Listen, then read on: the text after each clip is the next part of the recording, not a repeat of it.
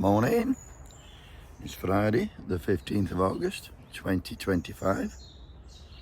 That's it. Today, we're going to focus on liars. And I've got one from Reform, one from Conservatives, and one from Labour.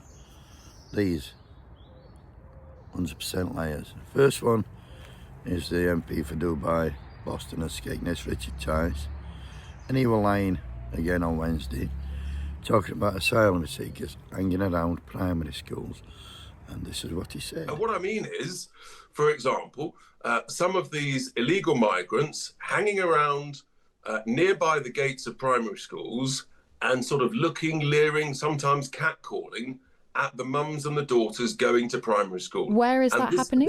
I regret to say, Kate, it may not happen in the sort of the Westminster Village, but I'm telling you, in constituencies up and down the country, this has been happening and concerning constituents. Whereabouts is that happening at the moment?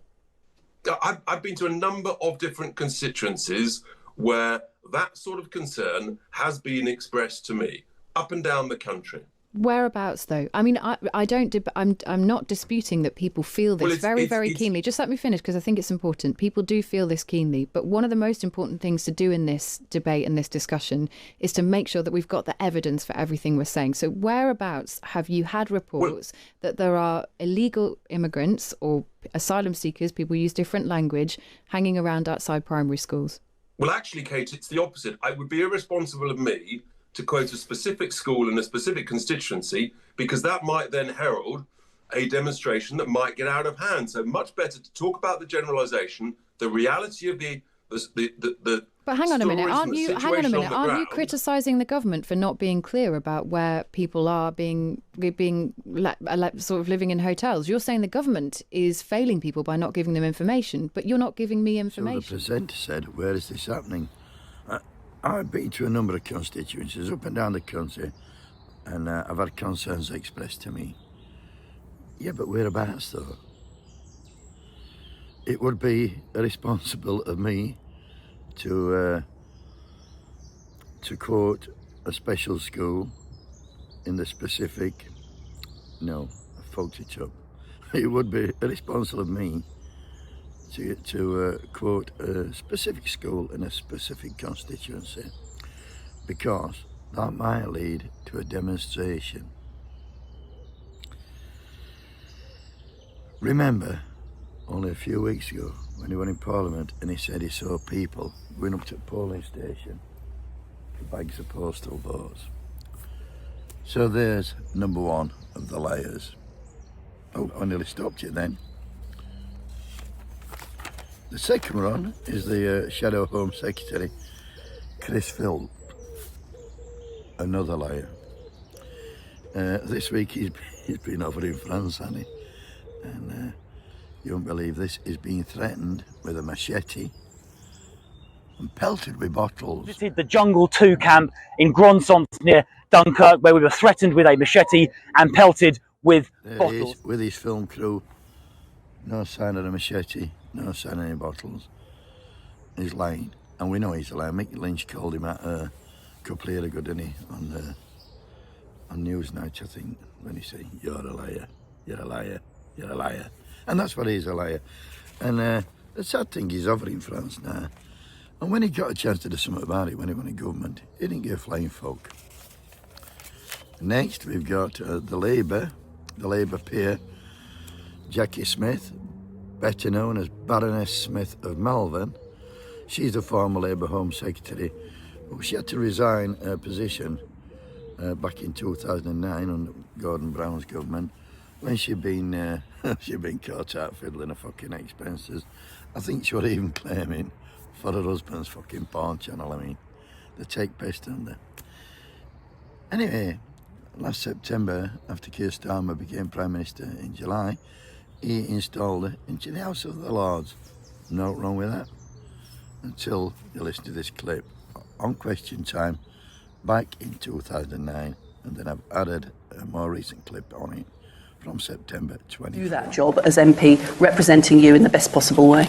Can I repeat the question? Should ministers involved in the expenses scandal be allowed to go to the House of Lords? Well, I think I answered you. No, you didn't answer me at all. The question is about people not wanting to see those who were involved in this being rewarded by jobs in the House of Lords or whatever. And I can completely understand that, because, as I said, but do you agree with we've made mistakes. Well, I don't think people who have been disgraced should go to the House of Lords, no. But more importantly, I think we need to put the whole system right. That's what we need to focus on now. Would you include yourself as somebody who'd been disgraced? I've never wanted to go to the House of Lords. That's a slightly different answer. Would you include yourself as somebody who's been disgraced by the expenses scandal? Yes, I think to a certain extent I have been. I think, it's obvious, because I made an apology to Parliament. I, Jacqueline, Baroness Smith of Malvern, do swear by Almighty God that I will be faithful and bear true allegiance to His Majesty King Charles, his heirs and successors, according to law. So help me God. The reason he put in House of Lords is because she were unelectable. She'd have never got elected again. She got voted out the fuck to state off. But when they put him on House of Lords, it can get her a job in government, which she's duly got. And she's a minister in the education department now. So another one with a snout. I mean, she'd been done for fiddling once. Why would she not fiddle again? She's fiddled and got away with it. And I'll leave you with a honest person. And this is that young lad yesterday who on the BBC, live on BBC, I'm laughing. They gone on the air, and he was opening his A-level results, and he said So on that note, I just want to say Free Palestine and the genocide, and the BBC is complicit. All right, we're here to talk about A-level results.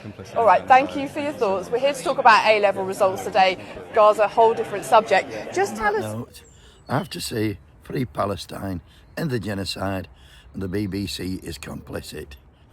What a credit to his parents that lad was. Who gives a fuck about his results? He's worth 10 times any of them three people have just fucking met, and he's just a young lad.